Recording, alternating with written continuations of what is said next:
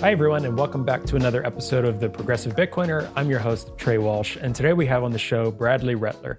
Now, Bradley did an episode with Mark about a year and a half ago covering the basics of Bitcoin and all of it's called the FAQ episode in terms of Bitcoin, which I would still encourage folks to listen to that episode if you want to get more into what is Bitcoin and a lot of common questions asked.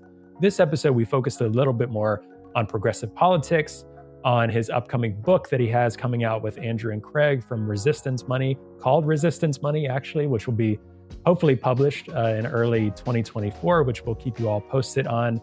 But anyway, Bradley is an associate professor of philosophy at the University of Wyoming and likes to talk all things progressive politics, Bitcoin, philosophy, and everything in between. So we get into a lot of that in this conversation and really hope you all will enjoy this episode. And as always, you can give me any feedback on the episode. You can reach me at hello@progressivebitcoiner.com. All right, I'll let you get to the episode and we'll see you again next week.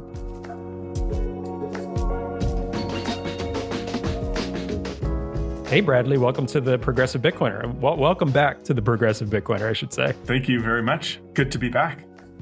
Yeah, excited to have you on. And for those, I'll mention this again, for those that have not listened, Bradley recorded an episode with previous host Mark Stefani about a year and a half ago, covering the basics of Bitcoin, just a deep dive into what is Bitcoin. I would highly encourage you to look into that episode as well.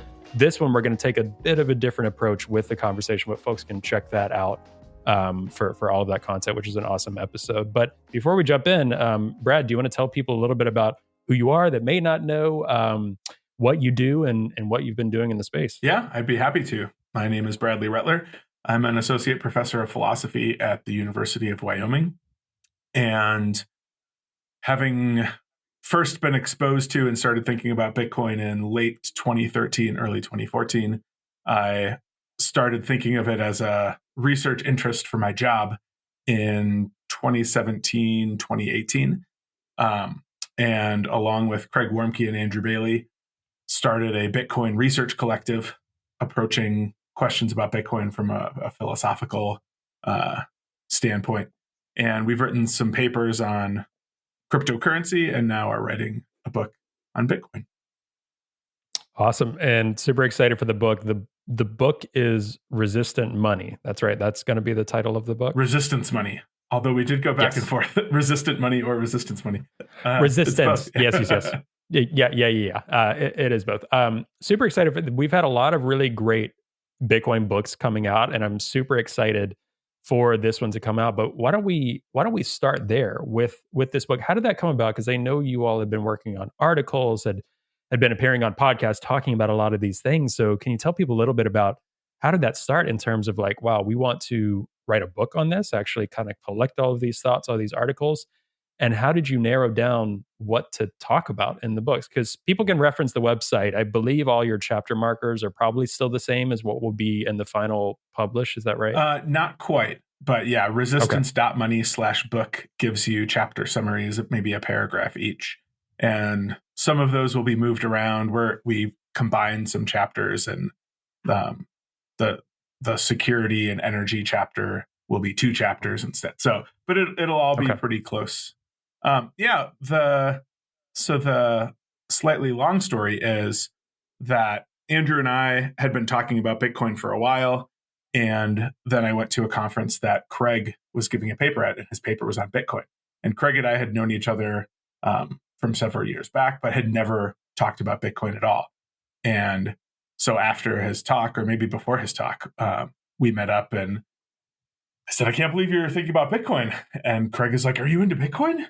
And so we talked about Bitcoin. And then at the party at the end of the conference, Craig and I were like off in our own little corner, and some people would come and go, but he and I basically just stayed in one spot for 3 or 4 hours talking about Bitcoin, and started up a Gmail chat with Andrew, just thinking about philosophical implications and philosophical takes on Bitcoin. And we decided we wanted to try to write something about it. And there's, a lot of stuff about Bitcoin is best handled by computer scientists or lawyers or macroeconomists or whatever. And so the topics of the book are kind of constrained by what we're good at, which is we're good at doing philosophy. And so we can think about moral concerns regarding privacy and censorship and inclusion and things like that, because we took a lot of ethics classes, and that's kind of how we think. So obviously there are philosophical ramifications for some of the other things, like the computer science, like the monetary policy. And so we do talk about those, but we try to keep our own arguments and conclusions squarely in the space that's licensed to us by our training in philosophy. We don't talk too much about like macroeconomic predictions or things like that, because that's just not what we know. Wow, Bitcoiners staying in their lane. That's an interesting concept as well. No, that's great, and I'm really excited for this book to come out. For folks that say, how does Bitcoin connect with philosophy, with morality? What would be your pitch to those folks? Because I think a lot of people that are in it can see that connection. But what our hope is that more and more of the audience that listens to this and finds value in these episodes and content might be progressives, left, mainstream, or people that don't even know that much about Bitcoin or understanding, why are we approaching it in this lens of, equity, equality, philosophy, morality, all of these things. So what would you say to those folks about that? Yeah, the first thing that Andrew and Craig and I ever wrote together, the first thing that we published, at least, maybe we had started writing some stuff, but the first thing that we published was a CoinDesk article called Why Bitcoin Needs Philosophy. So I would say, look at that. But the basic idea is that Bitcoin is relevant to a very large group of disciplines. The ones we've already mentioned: computer science, law, economics, also psychology, sociology, things like that. So you can approach them from one of these angles and, talk a lot about the computer science of Bitcoin, but that won't necessarily draw out the economic implications of that computer science or the moral implications of that computer science. And philosophy is kind of uniquely situated to take on all of these. In philosophy, we can take anything from any discipline as premises in an argument. And sometimes they're empirical, sometimes they're a priori. They're just, theoretical from first principles. And we can mix the two kinds of things. You can have an economic premise plus a moral premise that yields either an economic or a moral premise. So philosophy has this unique standing, I think, in the academy, in that it takes as inputs everything. And so, we're far from the best computer scientists or economists or lawyers. We're far from the best philosophers, but we do have this ability to navigate all these kinds of spaces, and then hopefully, stay in our lane with respect to speculation about other disciplines, and try to let the arguments sort of take us where they will. And in terms of academia, I know the short answer on this, but how do you feel Bitcoin reception has been, let's say in philosophy in general? So you said, okay, we're not even the best philosophers or this and that, but you are a few, and I think you're incredible philosophers. You are a small few that navigate this world and all of these intersections, and not many are. I think that number will grow quite a bit as we continue to go on, as people know or may not know. Bitcoin's only 14 years old. So I like to think it's probably going to be here for a while in terms of people talking about it, researching it. But in terms of academia, since you said 2017-ish, things like that, up to today, how have you seen Bitcoin grow or evolve in terms of real academic research and study, or has it just not? I think in economics, it's been going on for a while and continues to grow. Will Luther was publishing on Bitcoin in 2011. So way before I was even thinking about it as a potential subject of study. Computer science, similar. There's been stuff for a long time. Within philosophy, it's been starting to grow. I believe that Craig's paper was "What is Bitcoin?" published in Inquiry, was one of the first. And then there's Asya Pasinski has a paper on it. Martin Glaser has a paper on it.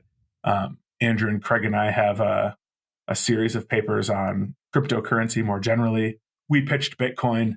They countered with blockchain. We met in the middle with cryptocurrency. With crypto. So I think interest is growing in terms of the actual published work. In terms of like what the academy thinks of it, people who aren't working on it, it's very mixed. Some people think it's really cool to use our training to investigate this new phenomenon. And there's been sort of a move in philosophy towards kind of applied social issues in the last 5 or 6 years that we're well situated in. So rather than just doing these pure investigations into being and time and space and things like that, people are turning their attention towards phenomena that we experience in the world and thinking, what we've learned about metaphysics or ethics teach us about these things: gender, race, sexual orientation, love, humility, forgiveness, basically anything.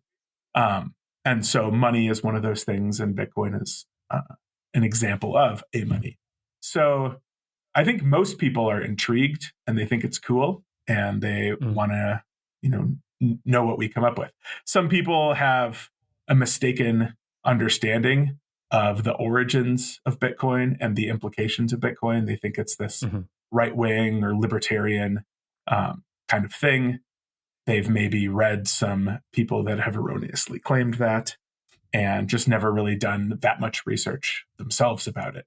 And so they're kind of dismissive of the project and hostile towards the idea of doing it, of lending Bitcoin any legitimacy. And, they don't, of course, listen to these kinds of conversations that we're about to have about progressivism and Bitcoin and how Bitcoin fulfills progressive ideals because they don't care enough to do it. And they've kind of decided what they're going to believe about it. Yeah. And, so much of that, it's a whole other conversation, but just a point of privilege, their own, status in the world, their own positioning and their, job, their, academic setting, their business setting, whatever. So that makes a lot of sense. They're not interested in stories about how people in developing countries are using Bitcoin, how protest movements are using Bitcoin. Not necessarily because were they presented with it, they wouldn't believe it. But they're so confident already in their own stance that they just think it would be a waste of time to actually listen to any good things about Bitcoin. And I can understand that. I have that view about various things, right? There's all these mummies coming up everywhere that might be alien mummies. And I've got friends that are like, you've got to do a deep dive into this stuff. And I'm like, I'm confident enough that they're fake that I'm not going to do a deep dive into that right now. Yeah. And, if a lot more evidence comes out, maybe I'll look at it later. So maybe that's the position that they're in with Bitcoin. I can't necessarily fault them for that. Yeah. And that's a generous take in that, for, I think many folks, like when I first heard about Bitcoin, I was like, oh, that like crypto bros that like, what is this thing? And then you have to do some counterintuitive mental gymnastics to get to a point where I'm like, I think this could be one of the most important things for our world in terms of all of these things we'd like to see be different. That's quite a stretch of road to get between. And I think, I encourage people and Bitcoin educators and things like that to keep practicing patience and actually talking to people about what this is rather than just saying also outlandish claims like, right, Bitcoin fixes everything. If you don't understand it, I don't have time, right? Those kind of mantras aren't going to really get us anywhere with that. But as you alluded to, you talk a lot about progressive politics, being a progressivism, and Bitcoin. And in terms of Bitcoin media landscape, a lot of the people that are some of the loudest proponents of Bitcoin, I would argue, are more on the right and US libertarian leaning stage in terms of our US context. And obviously there's so many global stories of Bitcoin that we like to highlight as well. But for this conversation and for those listening, I'm going to focus a lot on the US context in terms of progressives. So in terms of you being a progressive, if you don't mind me asking, where did that start for you? Kind of your political journey? Is it a lot of people are like, okay, I kind of found more of my political values and leanings in college or through this or that, or I was really excited about this movement that I was a part of. Where did that start for you? It started with Bernie Sanders in the lead up to the 2016 primaries and election. And I think prior to that, I probably would have described myself as sort of leaning libertarian. And then when I heard Bernie start talking about, taking care of other people and lifting up the people at the bottom, and if that involves necessarily bringing down the people at the top a little bit, that should be a sacrifice that we're willing to make. And I sort of looked back on the things that I had believed previously and thought that I was really selfish and not a very good person, and that my motivations were suspect. And I liked his vision for kind of community and what we owe to each other as a country, as a group of people, and the kinds of sacrifices that we should be willing to make for each other. So I think that sort of jolted me out of whatever mildly libertarian, but mostly not caring that much about politics at all state of mind that I was in. And I don't think it's just random or coincidence that a lot of Bitcoiners that would say they're progressive or on the left before Bitcoin were Bernie bros, were in the Bernie camp, were from that political leaning. And for me, coming from that camp as well, there was such a natural connection. It didn't take me a couple of months, but early on, I started to realize the potential of looking to upend a system that benefited the 1%, looking to upend a system that did not support workers' rights, and that kept this inequality raging, and inflation raging, and all these things. There was a natural connect for me.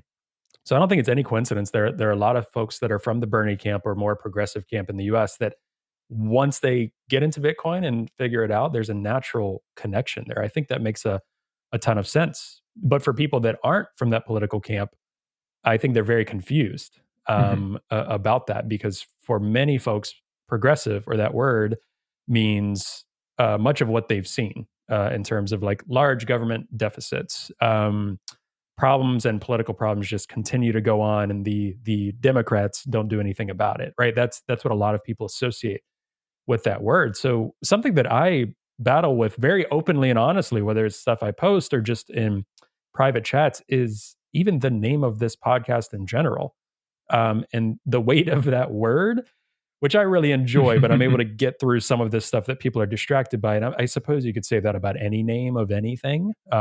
Being a philosopher, I'm sure we could talk for 12 hours about that. But for you, that word, that association, do you see where people are coming from with that? Do you think a lot of that is just people not liking your values in politics in general, or mine, or whoever from the left?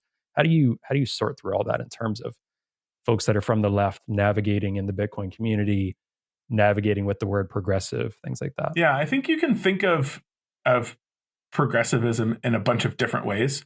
So there's this historical take on it that traces back to the 1920s and government regulations about businesses and breaking up of monopolies and things like that, and goes back even further to like the creation of a free market, or the attempt to get rid of limitations of people that are trying to participate in the market. So you could see progressives as like fighting against serfdom and things like that. You could think of it as a set of values that is maybe some sort of cluster, and if you accept enough of them, then you're a progressive. Or you could think of it as a set of policies that you want the government to enact. And the way that I think about it is the middle one, the set of values. So I think of the people who consider themselves progressive, and this just might be a semantic issue about how people today use the term progressive. But when I think of a progressive, I think of someone who thinks that healthcare is a right that people should have, that people shouldn't be dying because they can't afford insulin, or they can't afford a surgery that they would need. I think of being anti-war, thinking that the U.S. should not have, gone into wars in Iraq and Afghanistan and things like that. Believing in equal rights, being against monopolies, thinking that climate change is real and is partly caused by humans, and that we could do something to slow it down or stop it. Getting more people the right to vote and the ability to vote. Reforming immigration, letting more people in, things like that. So I think, if you agree with most of these or all of these, then I would consider you a progressive. Then there's a bunch of policies that various official organizations that have the term progressive in their name advocate for in order to bring about these values. And I think you could disagree with all of those and still be considered a progressive. Maybe you have more nuanced takes and you don't think, for example, that the Green New Deal or Medicare for All is the right way of bringing about climate change mitigation and economic inequality and healthcare, people dying because they can't afford healthcare. So I think, yeah, you probably still count as a progressive, but maybe some of those organizations wouldn't consider you a progressive. And so I don't know how much to fight for or about the term, but when I use it, that's kind of what I'm thinking. Yeah. And I just happen to agree with you. I think I've mentioned that multiple times where for me, progressive is about a value set. A lot of my friends who would call themselves progressives is about a value set. And it's not about a political party. And I would argue that's our approach here through the Progressive Bitcoiner as well. Like I'm one person, I'm going to have guests on that are progressive and not. And it's kind of about these conversations that center around different value sets and different things to talk about. This isn't the progressive perspective on Bitcoin or the world, and this is the one take, just like Jason Meyer says in his book. It's like it's a progressives. Like I'm a progressive Bitcoiner podcast. So I think folks listening in the Bitcoin space, I think a lot of prominent Bitcoiners in the space that also align with left or progressive, when they say that, most people I've had conversations with typically are in that camp of it's a value set. We're not advocating for one specific policy, or we might disagree on policies or things like that. Just at a personal level, we're not advocating for like one political party or a political leader. It's this value set. And I think when, in terms of just the Bitcoin community, when Bitcoiners can come into the space understanding that, I think we're able to have better conversations rather than hearing, oh, you're progressive, that means you want the Green New Deal and that's it. Well, no, that doesn't necessarily, maybe not, but that's not the starting point. So I think that's a very good distinction that hopefully many people will hear loud and clear. So I don't have to keep repeating that to folks in the community. But yeah, I think just like any other fandom or group of people, if you get a bunch of people who are enthusiastic about guitars or about a certain video game or something, there's going to be a wide range of views represented. There are certainly Bitcoiners who don't count as progressive. There are Bitcoiners, for example, who think that women shouldn't have jobs and should stay at home all the time. I don't think they share the same value system. I don't think if we abstract up enough, we can say, oh yeah, we agree about this, so I would count you as a progressive too. There are certainly people who are disconnected. But someone who thinks that, say, it's important to have racial equality or gender equality, but they disagree about the very specific measures. They disagree about particular bills, something like that. I'm not sure that disqualifies you from being a progressive. So I think of it as a pretty wide camp.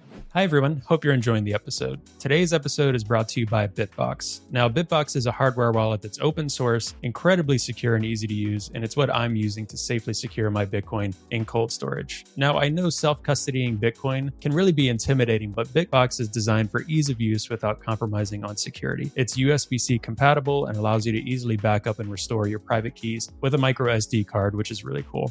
Now, you can purchase the Bitbox using the promo code TPB at the link found in the show notes for 5% off your purchase. And I really want to thank Bitbox for their support of the podcast, and I'm really excited about this new partnership. All right, I'll let you get back to the episode now. Yeah, and I think one thing for folks to know as well, and for us to jump into, the whole reason of having a lot of these conversations too, is also because there have been so many folks in the progressive and left camp that have been, for not trying to make it sound like a conspiracy the way they want, but have been lied to about Bitcoin or lied to about certain things in terms of the way our world works or Fed policy or different things that they just don't think about, right? So a lot of these conversations are intended for those folks as well to say, we're not trying to say Bitcoin is progressive in this way. Bitcoin's a progressive tool. There are ways you can assign progressive values and say this is how it helps fulfill that, or this works in conjunction with that.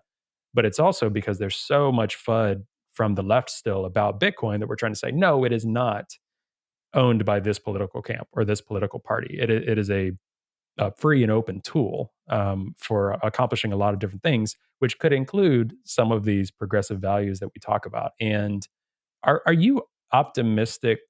Not that this necessarily matters in Bitcoin's journey, I think, but are you optimistic that some, let's say, some political leaders or some progressive political leaders, whether it's AOC, Bernie Sanders, do you think there's going to be a light bulb moment at some point?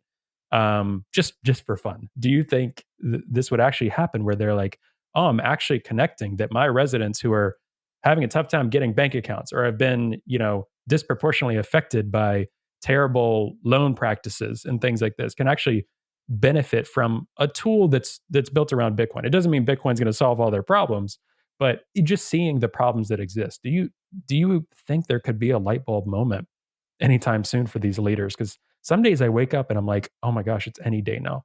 They're going to connect the dots and see, regardless of Bitcoin, they're going to see, oh, the way we've been going, these band-aid solutions aren't going to work if our global financial system continues the way it is. That's kind of the light bulb thing that I'm thinking. And then through that, they might see, okay, Bitcoin offers some better checks on certain things. And, we could talk about the varying degrees of that. But where are you in terms of thinking about actual political leaders from the left really beginning to understand some of these things? I know some of them have had the light bulb moment because Yeah. I've talked to some of them who have said that they had the light bulb moment. I suspect some of them have had the light bulb moment, but haven't talked about it due to the prevailing political winds and their own situation and power and things like that.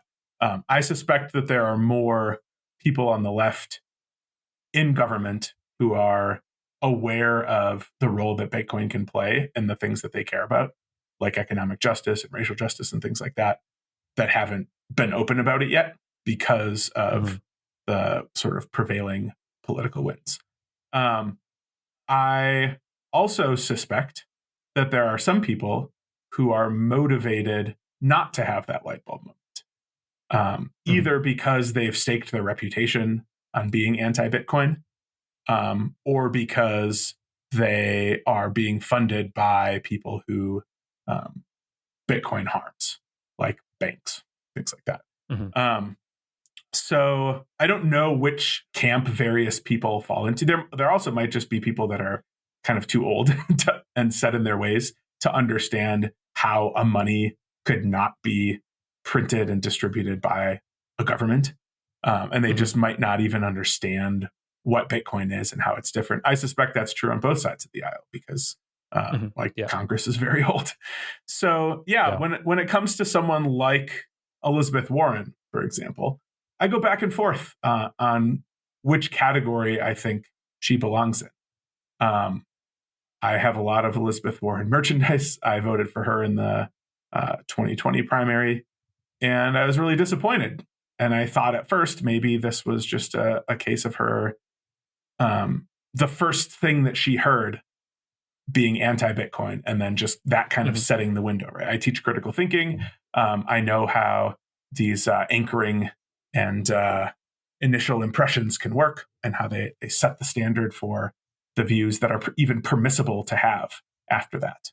So then I thought, well, maybe, as more Democrats and progressives are talking about Bitcoin and explaining what they see, what role they see Bitcoin playing in bringing about the policies that Elizabeth Warren claims to support and the goals that she wants to achieve, then she'll come to understand. And, I offered to do that myself. She hasn't taken me up on the offer yet.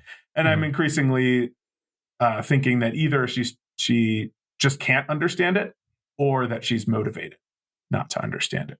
And I'm sure there are a large number of other people on both sides of the aisle who are in that position as well. So as to the sort of prevailing winds of change among progressives and liberals and Democrats and people on the left with respect to Bitcoin, I am optimistic that can change. I think that the work that people like Troy Cross and Marco Paez and others are doing in the mining space and talking about Bitcoin as a way of combating climate change, not just not contributing to it, but actually undoing and mitigating it. Daniel Batten is another one. I think that's the main locus of debate right now between people on the left with respect to Bitcoin. And if that can be overcome, then I think the financial inclusion and justice things are very easy to sell. Yeah. So that's why the book went from having one chapter on security through energy to two, because we think that's really important to talk about.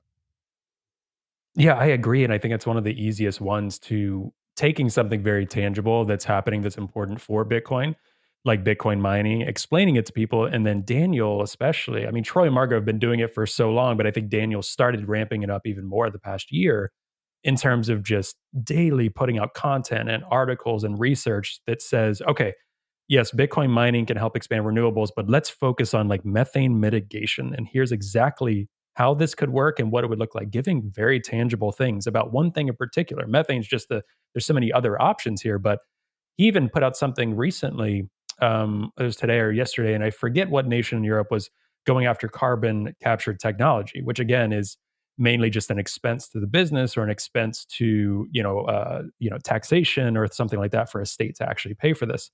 And saying, okay, instead of carbon capture, you could also do, methane mitigation with Bitcoin mining and actually get better results, and it would be financially incentivized.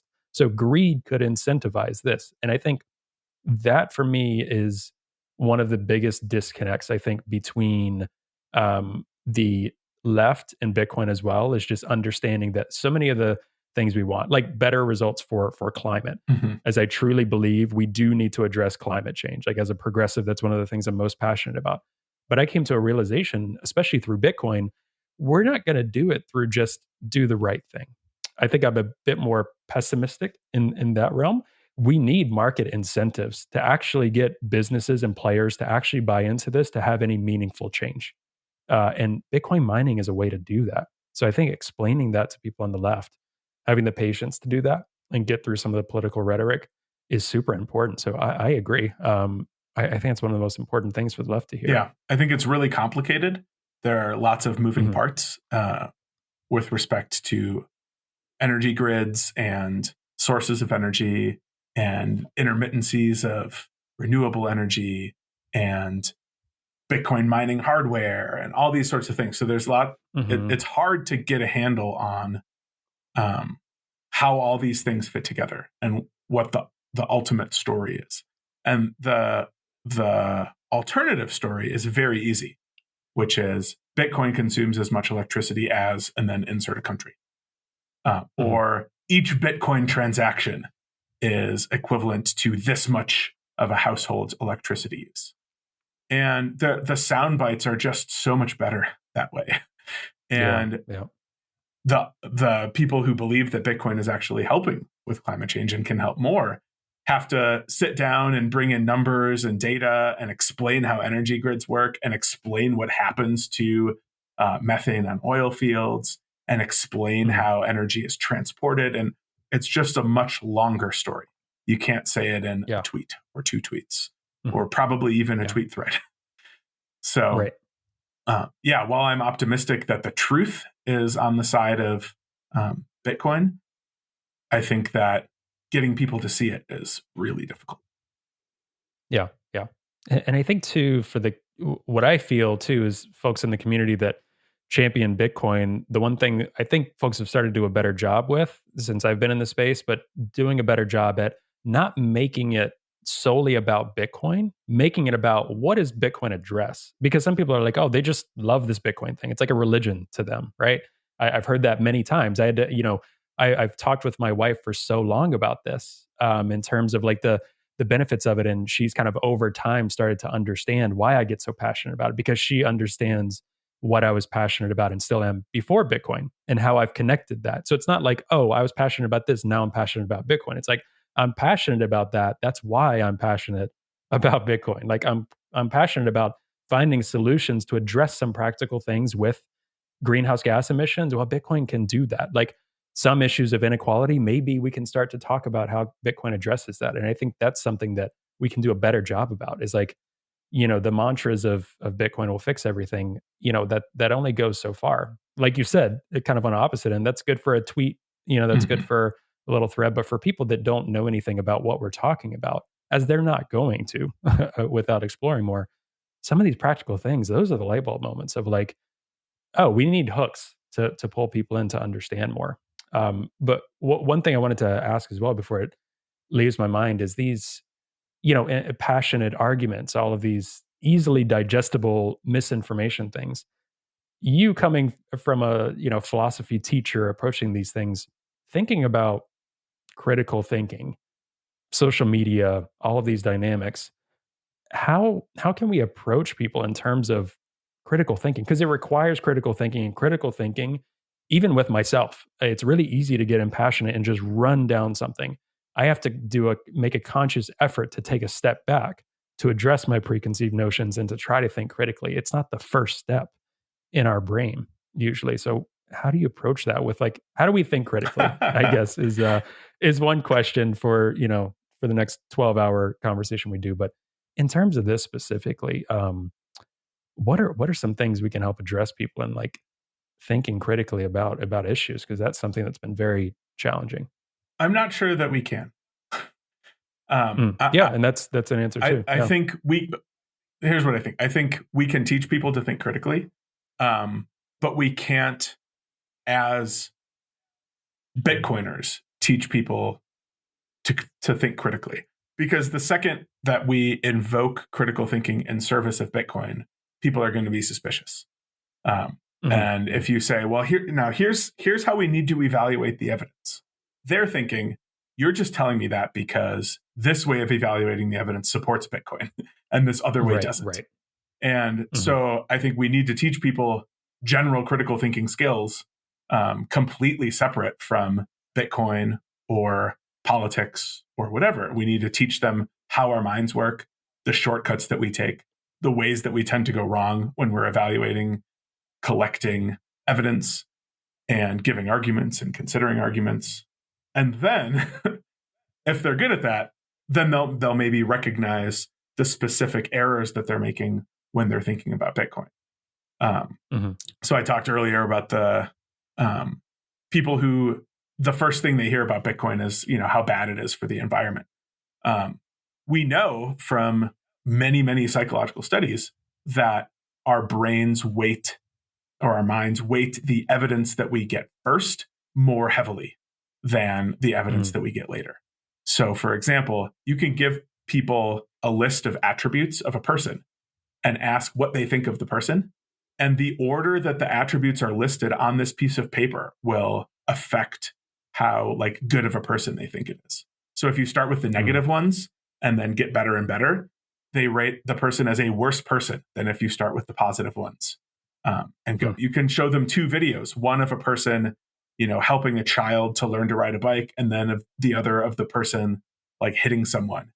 And if they see the bike riding first, they'll be like, "Oh, he probably hit that person because they tried to harm his child or something." But if they see him in Mhm. the Mhm. opposite order, it's like, well, of course he's teaching the kid to ride the bike. He doesn't want to have to be responsible for the kid. He's obviously a terrible person because he hit them. So we just know Right. that the evidence that we get first, we weight more heavily. I'm not sure that in the context of Bitcoin, we can say to people, now, I know you've probably heard a lot of bad things about Bitcoin, but just because you heard it first doesn't mean it's more likely to be right. Let me now give you some other things. They're Right, just right, not going to be able to learn like that. So I'm not I'm not very sanguine on the prospect of trying to teach these things simultaneously. But I do think more people should take critical thinking classes, so right. that they can learn just how many times they're making these kinds of cognitive reasoning mistakes. Yeah, and at least for me personally, like, I don't really like being told what to do, as trivial as that sounds. I grew up I've mentioned this a few times, and I know you've taught classes, I believe, on like philosophy of religion and things like this. I grew up in a very conservative evangelical environment, and since then, have really been turned off by evangelizing by things that I've seen similar communities. It's not just Bitcoin, but so many different that replicate from religion. And for me personally, preaching about Bitcoin and using that word specifically, I don't think is the most effective tool, right? It's kind of like presenting resources, people doing better about what you mentioned with Troy and so many others, just putting out data, putting out facts, kind of settling there, having it become more and more a norm to dispute things, and then having people realize this or access it themselves and things like that, I think is way better. That's how I came to Bitcoin. In general, it was just kind of learning for yourself. And I think folks need to do a better job also of trusting that people can and will do that rather than saying you won't. So I'm gonna teach you about this in this way. Like you need to listen. That's an immediate turnoff as well. And there's got to be different studies around that as well and the effects of that. Maybe it works for some people, but I don't think it would be the most effective tool. And I think we're still doing a lot of that in terms of Bitcoin. Yeah. I think the other thing that we can do that helps is tell stories and tell other people's stories, or elevate the voices of people who are telling their stories. So people in Ukraine who received aid in Bitcoin, people in Hong Kong who use Bitcoin to buy things to protest the government, people who live in Turkey or Argentina with really high inflation who are using Bitcoin. I can like mention them now, but that's not going to move people as much as hearing them tell their story of how Bitcoin is helping them. And the more of those stories you hear, the more difficult it is to have this tech bro reaction, or to have this, but climate change and Bitcoin mining uses so much electricity. We know that some electricity use is worth it. So the question we need to ask then is this kind of electricity use worth it? Well, maybe it's not for the vast majority of the Bitcoin stories we hear, which is relatively wealthy white people in America who have it as a backup currency, a store of value, things like that. I personally don't really care about that. Most of those people would have been just fine without Bitcoin. They wouldn't be as wealthy, but they wouldn't be in trouble. I care about the people who would be in big trouble without Bitcoin, struggling to survive or maybe not surviving. Those are the stories that motivate me to, work on Bitcoin and to try to convince people that it's a good thing. Yeah, same. And I go back and forth all the time. Sometimes I get so frustrated with that first narrative or the middle narrative you mentioned of, let's say folks in the US, middle class, upper class folks. And I'm like, listen, I'm just going to stop focusing on that or trying to convince you all or this group and just try to amplify stories and have conversations with those folks you just mentioned. Because without those stories or without those use cases, we have PayPal, we have all these other things. And again, then you understand, underlying fundamental tech and you see the potential problems with that could happen. I don't think it's going to happen tomorrow in the US, but those conversations, I think, make Bitcoin worth it. Like, why was this experiment created in the first place? Why are we focusing on this? And for me, those use cases are enough to say, we should advocate for this and kind of see this out, because that is worth it enough. I don't think the people that say, well, we need more use cases or it needs to accomplish these 3 million things, I don't think they're being genuine in that, because one of those stories you mentioned, I think, is enough to say, let's at least just like leave it alone or try to have it flourish, or let's even support it or advocate for it, whatever. I think you're exactly right. More and more people share those stories and are moved by those stories. And that makes a lot of sense. That's what a Bitcoin is for. Anyone, everyone. I've started to like the term Bitcoin is for anyone a little bit better recently. But Bitcoin is also for those people. That's what brought me into it, is seeing it as it's for the 99%. It's for this global population that have been decimated by their financial structures and things like that. And I think once people hear that argument, again, just using my wife as a reference, once I told her about like Farida's story in Togo and these activists, it was like, oh yeah, like why aren't we doing more to support this? I'm like, I don't know.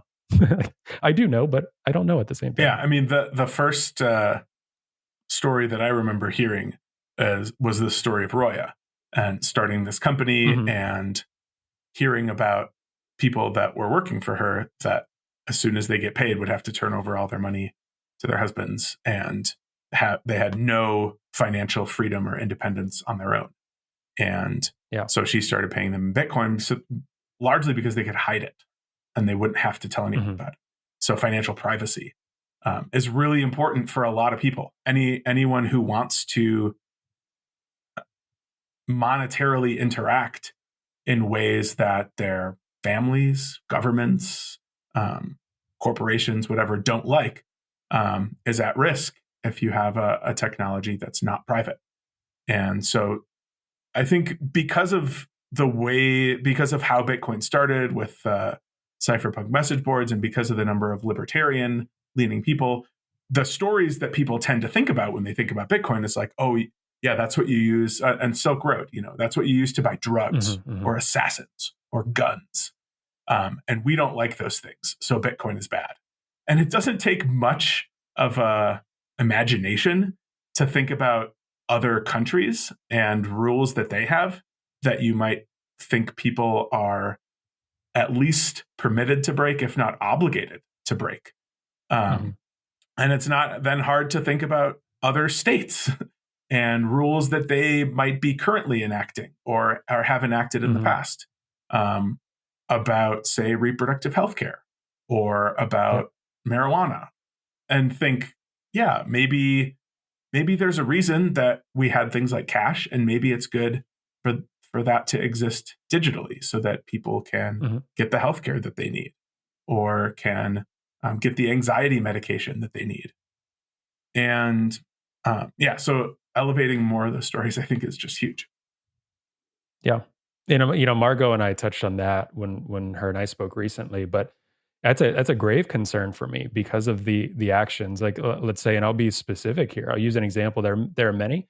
I think it can be used in totalitarian ways on both sides. But for me personally, again, as a progressive, I'll make no ifs, ands, and buts about this. I think, let's say, someone like Ron DeSantis and the policies that he's tried to enact in Florida. Let's say this person, hypothetically, became president and wanted to enact some of these things a bit more federally, or other states were supportive of him as leader. So Texas and Alabama and whoever else, just mentioning random states here as an example, wanted to say, okay, Planned Parenthood cannot function in certain areas of our state or other areas.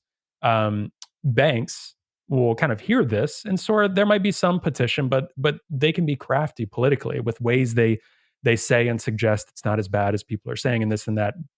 Planned Parenthood could have banking access cut off in a particular state, and those services, let's say they're interrupted even for a few months until Congress passes something, but let's say they don't, and it's just inoperable in certain states, right? Just some basic tenets. Like, that is not something that's a far stretch for me as a progressive that I try to tell progressive friends about, saying, if there were different, better ways to support these organizations so they didn't have to rely on banks that have state licenses and then federal licenses, if they could raise and support Bitcoin, and if we had what I would say is more supportive legislation to where people could actually spend and use and hold Bitcoin in even more supportive ways.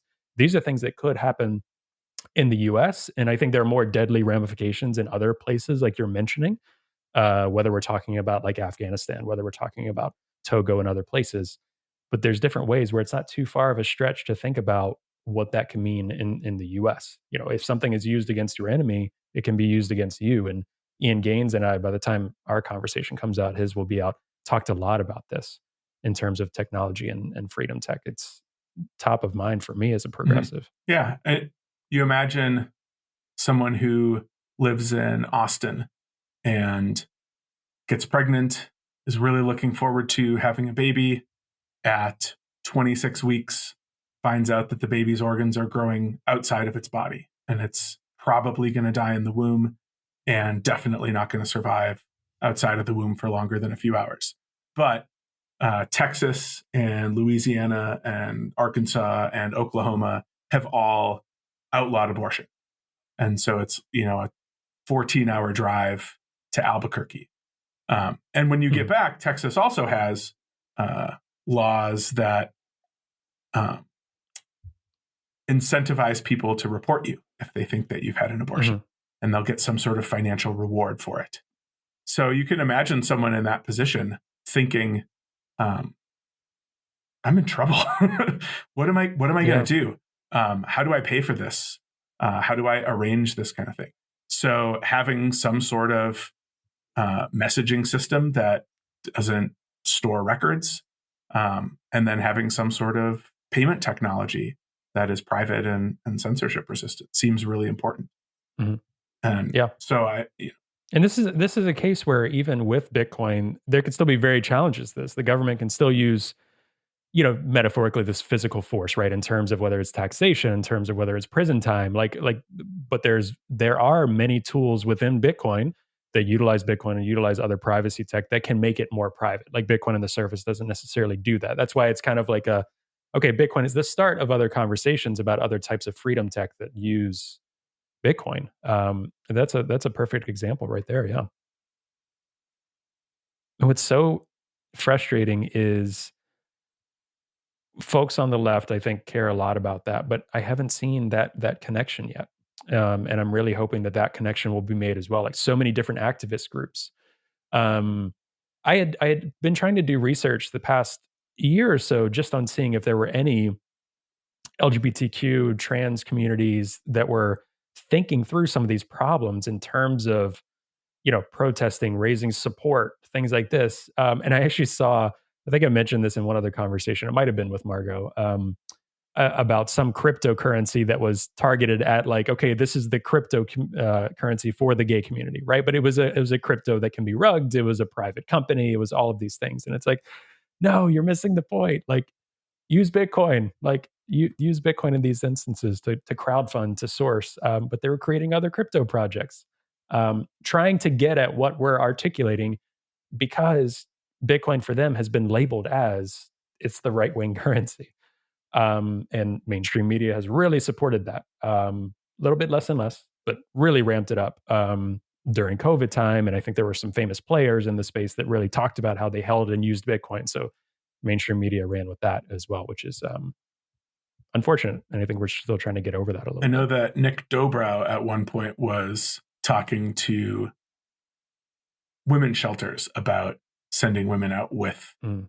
Bitcoin so that they could more easily transact in ways that their people who've been victims of domestic violence or something wouldn't expose their credit cards if that might be Mhm. something that their former partner had access to or things like that. It would be you could just be more Yeah. confident that when they were buying things, it wasn't being tracked, they weren't being spied on. Um, the person wasn't going to end up showing up having found out where they live or something. Um, so yeah, I mean, Yeah. there's I mean, use it's, cases all over the place for the kinds of yeah. things And that we, progressives claim to care about, and so either they don't know about them, and we need to do a better job of not just talking about Bitcoin as a store of value and digital gold and all this stuff, but Bitcoin as a way of enacting these kinds of things, or they know about it and they don't think the trade off is worth it. And so Mhm. we can I think talk about this on two fronts. One is why isn't it worth it? What are the trade offs that you think are bad? It's probably the energy stuff. And then we can Mhm. say, um, look at how many people could potentially use this. And the more people that are using it, the more private it becomes. The more Mhm. you're part of a vast network of people. So you can try to hide in a crowd of 20, much easier to hide in a crowd of 100,000. So the more people that have Bitcoin and are transacting with it, are using Lightning, are on the blockchain, um, the harder it is for, say, authoritarian governments to pick out one particular person's transactions. And Mm. so the more privacy everyone gets. We call this privacy by obscurity in the book. Yeah, yeah. And the more people get into it as well, again, going back to that Trojan horse analogy, the financial incentive for companies to create products, whether it's apps, whether it's Lightning and other apps for actually using Bitcoin that increase privacy layers. Like, there's then a market demand. Like, people will be more likely to create products that cater to that. In addition, adding more and more security to it. So it's all of these things that go through that. But how one thing that I think progressives have been using, I know it's a whole other conversation that I don't typically get into because it's just so frivolous, but Greenpeace and others. So now what we're seeing, um, we don't know when, but obviously a lot of institutions, a lot of big banks, a lot of ETFs and market makers and all these things are, kind of flipping the script on Bitcoin and saying, okay, we're for Bitcoin. They're seeing ways they can make money on it, obviously as a product, and so they're all in. Makes sense just from that practical angle. I think a lot of progressives, one thing I could see that the Greenpeace has already tried is that, okay, big banks and these kind of corporations are all in on Bitcoin. They're, those people screw over the little guy or fight against the little guy. And obviously someone holding or utilizing Bitcoin does not do anything to affect someone else for wanting to use Bitcoin in a different way. So how do you think through that? Do you think that is just a messaging, an unfortunate messaging event? Do you think that this will actually make it harder for Bitcoin to be used in the way that it should be used because people might be more likely to just have it in the ETF, or it might be difficult? It's kind of a way for the government to have better tabs on Bitcoin and price movement and all of these things. Have you put much thought into that? Yes. Ultimately, I think it's probably a good thing. What I would like is for all of the people who really need Bitcoin to get Bitcoin, and then for these ETFs to be approved, and the price of Bitcoin goes up, and all the people who really need it the most have gotten in first.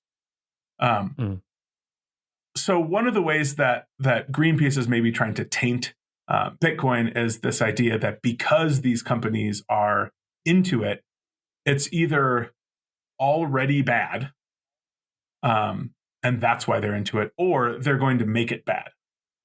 And I don't think that either of those work. I think we can combat the first one by just telling all these stories.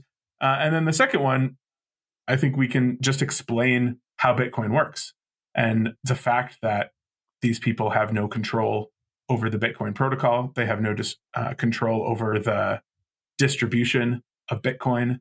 They have no control unless they, start doing things like mining. And so this is one area where I do start to get concerned, is if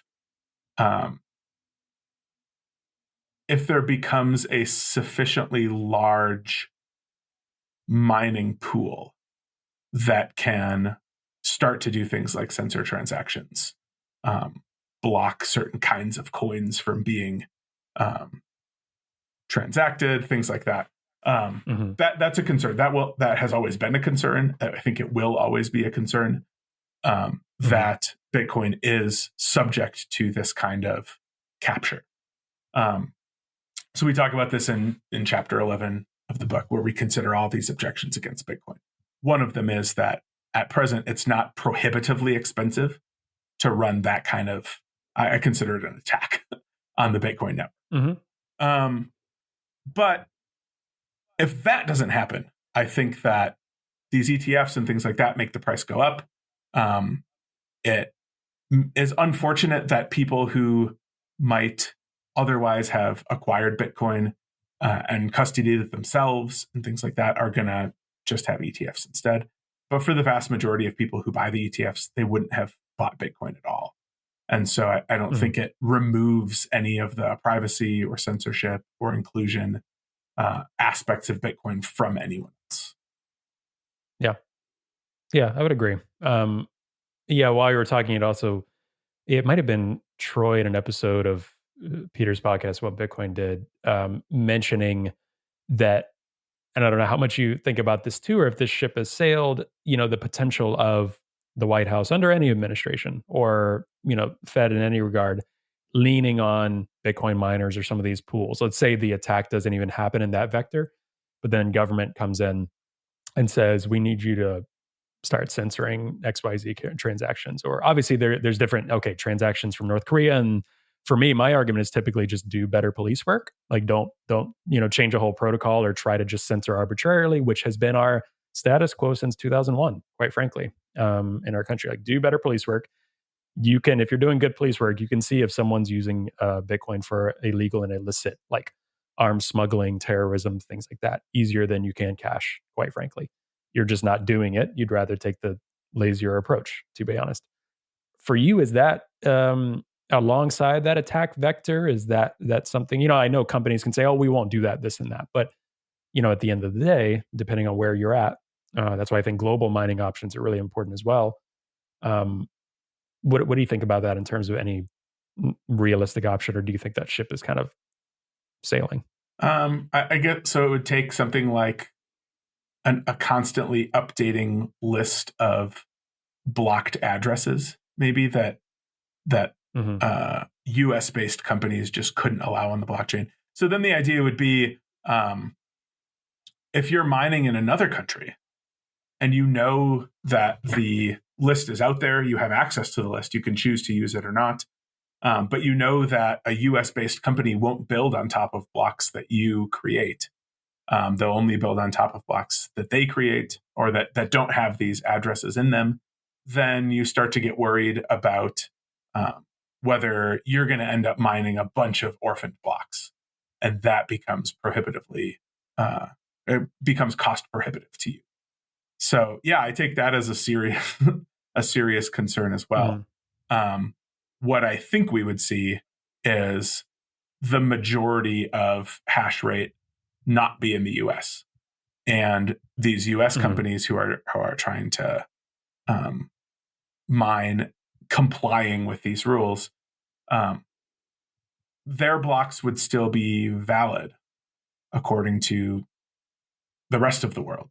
So they could still continue to exist, continue to run profitably. But I would think that anyone who had a choice about where to mine would not want to be mining in the US, if that's what happened. Yeah, so a bit of the game theory playing out more. So. Yeah, I think rational brain thinks that, because we've seen that, right? It's a lot of the argument that why haven't they squashed it already a while ago? So we'll see with that. But one other thing I want to make sure to cover with you in terms of talking inside baseball on progressive politics. So in Congress there's the Progressive Caucus, which I would say a lot of the conversation we've had in terms of different value sets and things like this, I would say we probably agree with and align with in terms of this value set. But the one thing I would veer from with the Progressive Caucus are a lot of progressives who are fighting for legislation in the United States, almost across the board. Once I got into Bitcoin, I started to learn more and more about the history of money, budget deficits, US budget deficits, things that Republicans kind of talk a lot about, but they only talk about it when their candidate isn't in office. It's a political game. It's not actually on this is the theory I believe in. And this is it, not even in regard to like Keynesian or Austrian economics. It's more like our nation is massively in debt. We're constantly facing crises and banking crises that happened even earlier this year, end of last year, that can be more quickly covered up at alarming rates compared to 2008. Those things I think will just continue to happen and are being far too normalized, that affect everyday people and will continue affecting everyday people.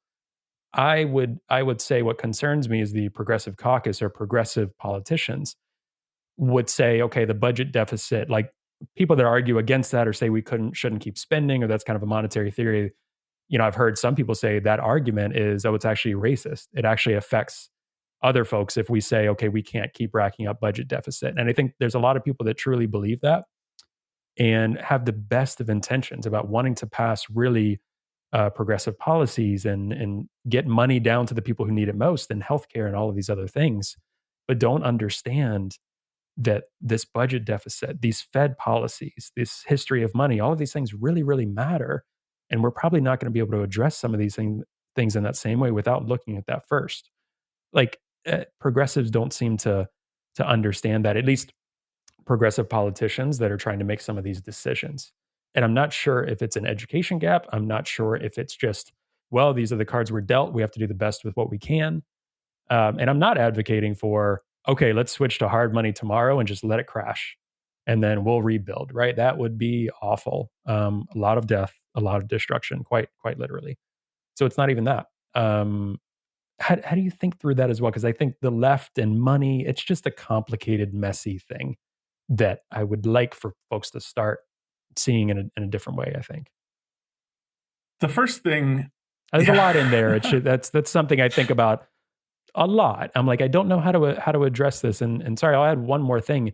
Even for me personally, I am In terms of, big government budgets, this and that, like, listen, my thought is like, I agree with you. I think healthcare should be a right. I think there are a lot of things we should be spending a lot of money on in this nation as a country that accepts taxes, that is in the year 2023 with a population of 350 million, that is not returning to a feudal era. So there are some things that I believe in taxation for and believe that we should be spending money on as a progressive that advocates for certain policies from legislation with taxpayer dollars. So I'm not saying we should get rid of government funding for a lot of things. I think we should increase it for some things. But it's very complicated with money, and we can't just do that without looking at other areas, in my opinion. The first thing, so I think there's two separate things here. One is, how does all that stuff that you just said relate to Bitcoin? And then the second is, what do I think of all that stuff? So I'll do the Bitcoin one first because I think it's easier. I don't ever see, maybe not ever. I would be shocked in my lifetime if the US dollar were to fail. I think the US will continue to use the US dollar, and it's very unlikely that we'll adopt Bitcoin. I do think it's really important that Bitcoin exist alongside the US dollar. One, as a competitive check against the policies and institutions that deal with the US dollar. So, for example, and already in the privacy domain, we see the US talking about a central bank digital currency. The fact that Bitcoin exists as a digital currency with certain kinds of privacy guarantees makes it more likely that the eventual US CBDC will come with some sort of privacy guarantees because there's an alternative people can go to. And I think that's the same thing for Bitcoin's monetary policy.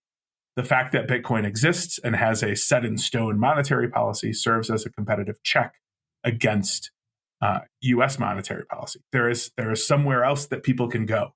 They can exchange their dollars for Bitcoin relatively easily if they get too concerned about the US's monetary policy.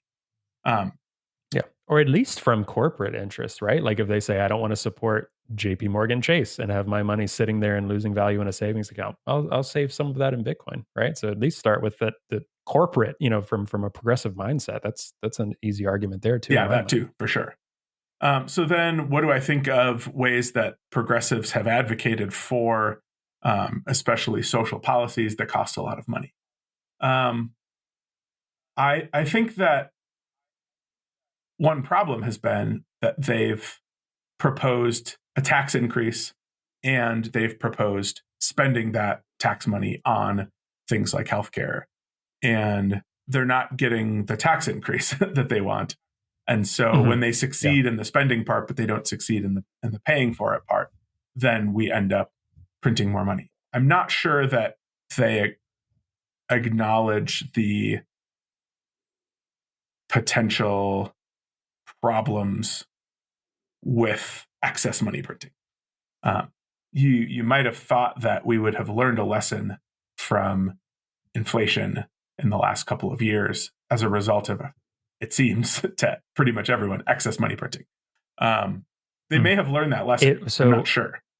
Well, I'll pause there because at least in speeches made, this has been a point from most in the West that are left-leaning leaderships, whether it's Canada, in much of Europe compared to like the US context of what we think of, at least moderate left, that kind of thing. In the US, a lot of it has not been said, oh, it's because we're printing money. Like they're not outright saying that. And again, inflation is a whole nother very complicated case. There's people that argue that is one of the sole reasons. There's many people that argue that's one of 5 reasons. There's varying degrees of what you can make reasonable arguments about how much that contributes.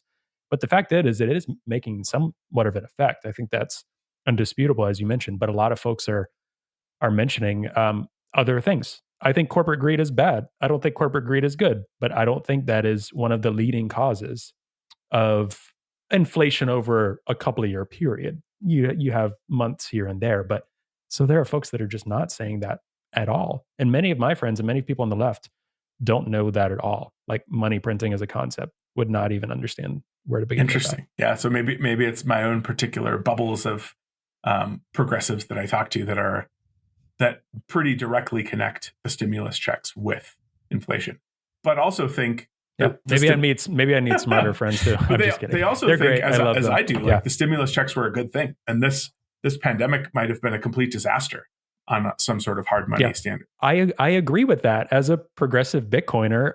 And again, we can say we as a society agree to pay for things like that, and maybe don't agree to pay for other things or corporate bailouts or all of these other nonsense things. So I think when it comes to the things that the progressive caucus want to use money to pay for, I agree by and large. Things like healthcare, and they want to pay for it by not spending so much money in the defense budget and by taxing billionaires at a much greater rate. And I agree with those two things too. Yeah. I agree with that too. The one thing I have not seen come to fruition, as you mentioned, is at the end of the day, because they go through this committee and that committee and that committee, and then by the end, those tax increases didn't happen, and then they try to package it onto some emergency measure. And that's where the conspiracy theories come into play. And again, it's tougher and tougher for me to argue it, for me to say, hey, Democrats, or hey, whatever, wake up. Look how people are connecting the dots and making, I think, kind of wild conspiracy claims about, oh, they're only going to sneak this in. They're going to create emergencies in the future to fund these things. It's like, give me a reason to prove them wrong, because that seems to be the only time that you all are actually trying to pass legislation to bring about these initiatives or whatever.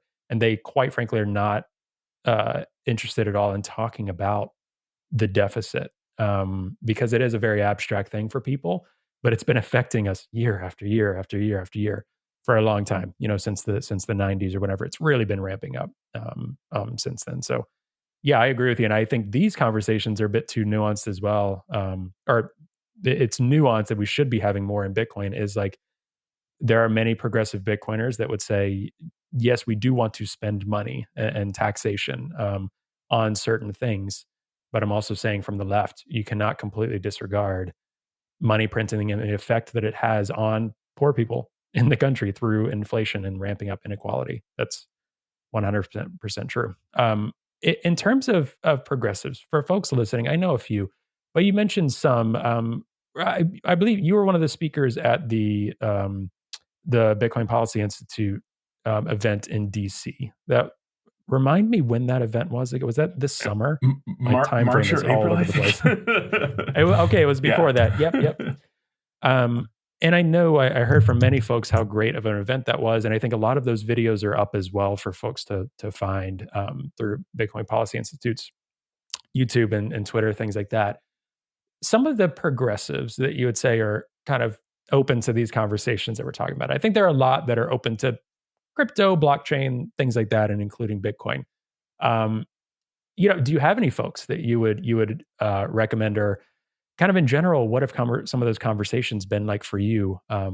Interfacing with some of these folks, interfacing with other folks that are doing work in DC.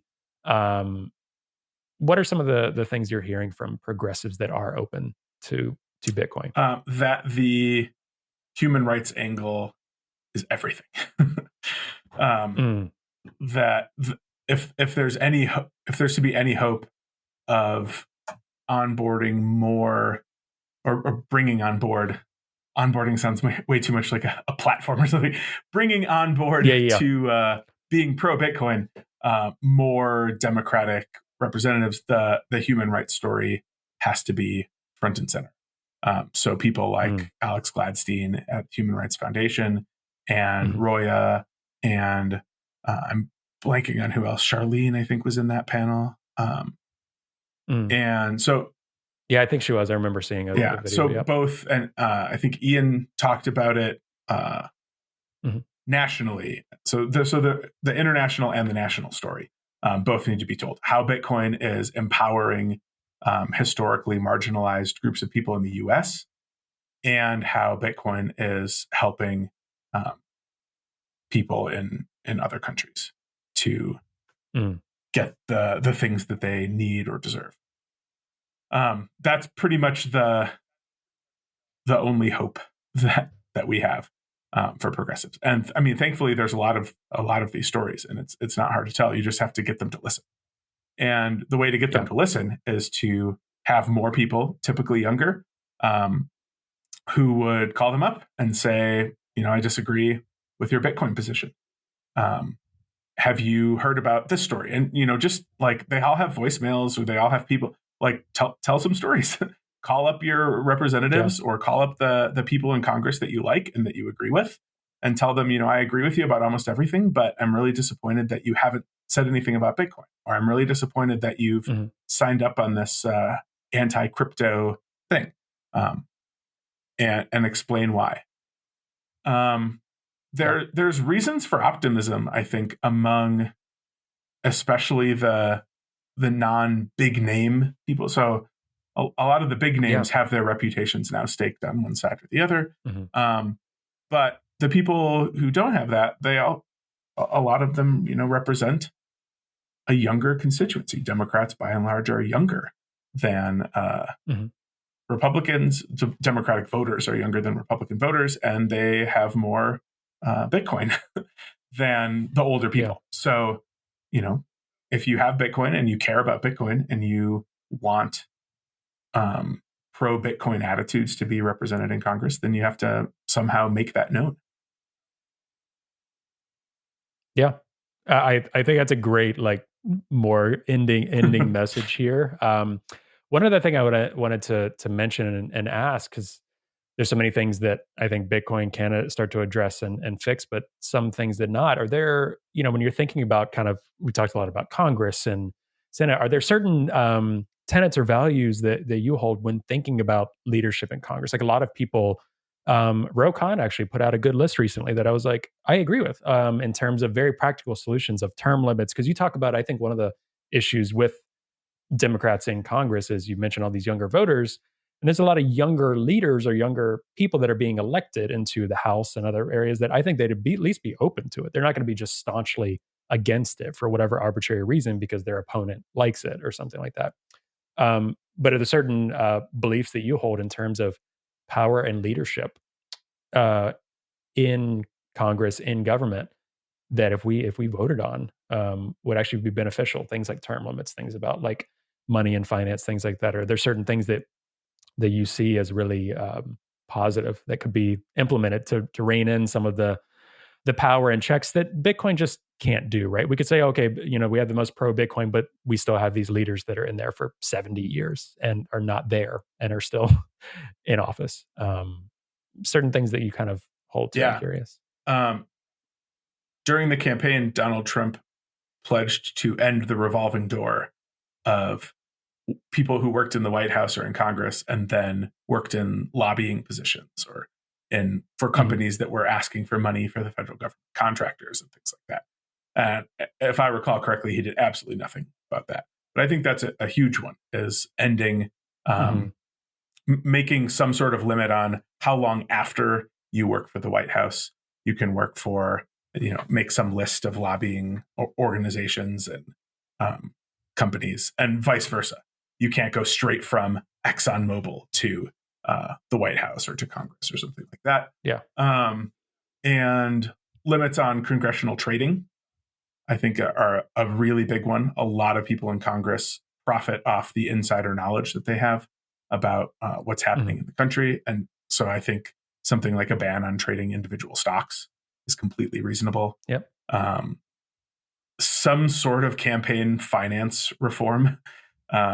These 501c4s that can operate without basically disclosing anything at all. I think that so much money is spent on elections that could be spent on something else. So I'd almost favor some sort of public funding of campaigns and capping how much can be spent. And yeah, I think those would go a long way towards solving the kinds of problems that we see financially with members of Congress and having sort of the wrong incentives to be in Congress. And the reason I ask that too is because a lot of Bitcoiners can know and get really passionate about Bitcoin. But I also think as Bitcoiners, one of the reasons it exists, the things we're passionate about, is also a check on power and giving more power to local communities and people that need it. So I think it's important for Bitcoiners to educate themselves a little bit about what are some other things outside of Bitcoin that might go a long way. That I think those things you mentioned are great. And we've actually seen bipartisan agreement on some of those. I think like AOC and Matt Gaetz have talked about stock trading. Like those things are not necessarily, I think they are progressive in a lot of ways, but they're just, it makes sense for like what government should and should not be doing. So I think there could be more Bitcoiners on the flip side, non-Bitcoiners getting into Bitcoin, but Bitcoiners understanding, okay, this would go a long way alongside something like Bitcoin to put a check on power. Some of these basic things that some Bitcoiners might not listen to this episode because they're turned off by politics, and that's, hey, totally understand. But I would encourage some folks, if you care about these things, these values we're talking about in Bitcoin, it's also good to look into politics and see these practical checks on power that I think will go a long way. So I'm actually optimistic that some of those things will happen. Hoping in the next year or two. Yeah, we'll see. I'm optimistic we'll see. too, but it's been talked about for a long time. But there's also this interesting question. I wonder where you come down on this, because I've seen a lot of Twitter discourse around this idea of like a one issue Bitcoin voter, and I think I hate it. Well, not to cut you off. So good. So I started off hating it more than I currently hate it. So I started off thinking, no, there are so many things that are way more important than someone's stance on Bitcoin.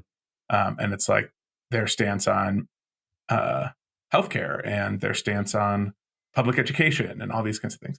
And then the more that I thought about it, the more that I think, well, the story that I just told about someone who's living in Texas and is going to die without an abortion, and they can't get the abortion in Texas. I think Bitcoin helps solve that problem. So then I started to think, I wonder how much of the things that I think are more important than Bitcoin are actually somehow related to Bitcoin, such that if the person, the problems wouldn't arise as much if there was more Bitcoin adoption. So I still don't like it, and I still think it's impractical, and I still, if I disagreed with someone's position on healthcare, but I agreed with their position on Bitcoin, I don't think I would vote for them.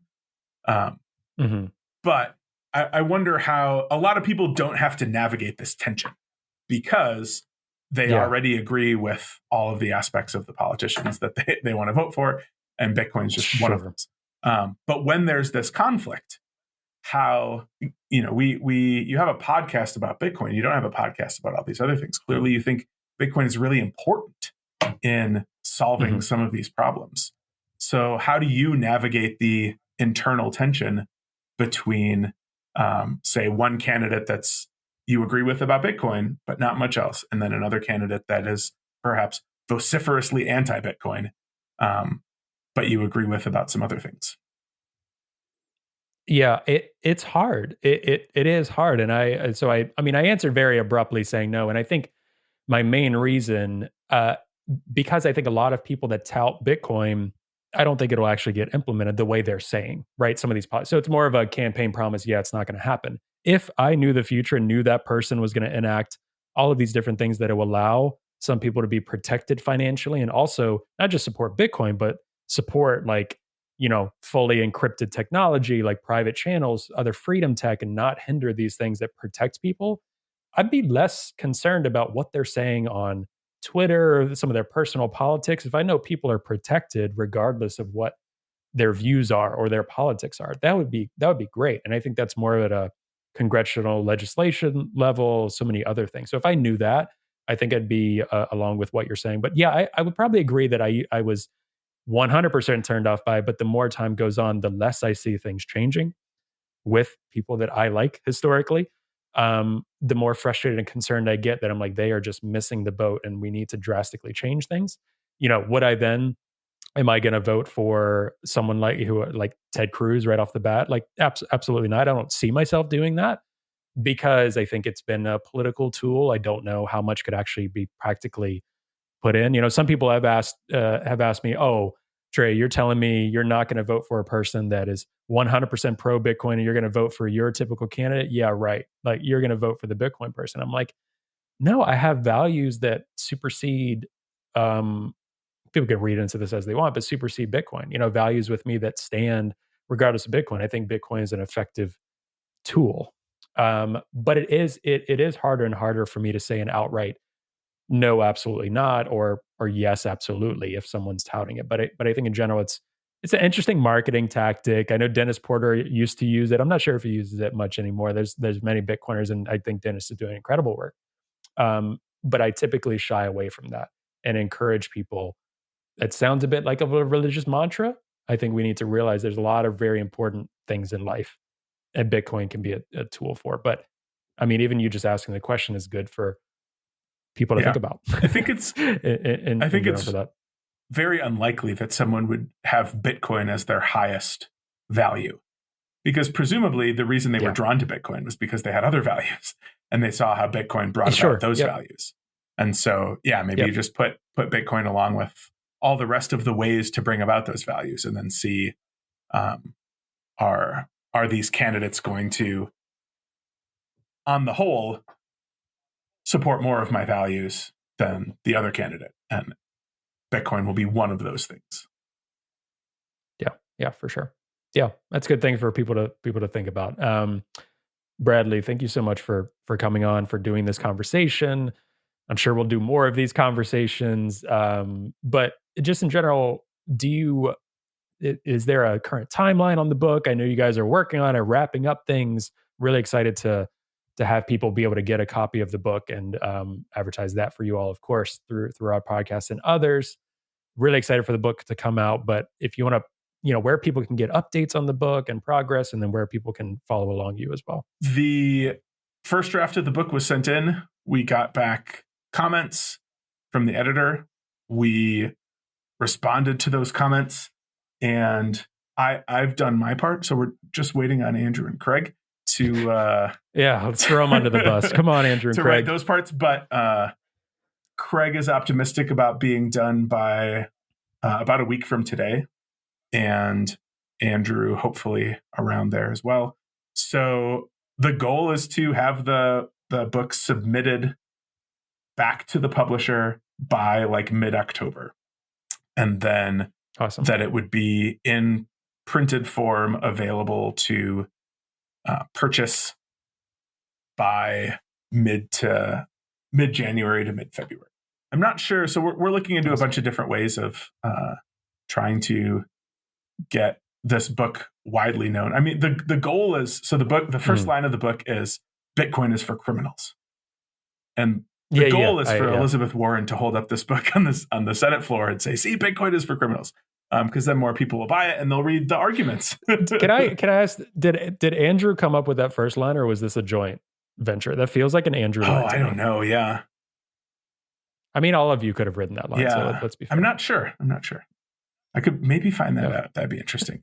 But yeah, I mean, as soon as it was down there, we knew we wanted to start with meeting the reader where they're at. And this is not a book for Bitcoiners. Bitcoiners will learn a lot from it, I hope.